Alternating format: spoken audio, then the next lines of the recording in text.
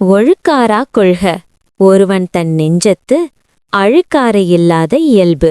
ஒழுக்காரா கொள்க ஒருவன் தன் நெஞ்சத்து அழுக்காறு இல்லாத இயல்பு.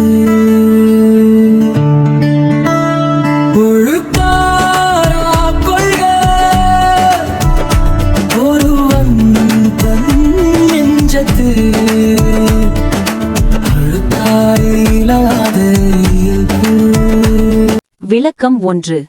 உள்ளத்துள் பொறாமையில்லாமல் வாழும் குணத்தை ஒருவன் தனக்கு உரிய ஒழுக்கமாக கொள்க.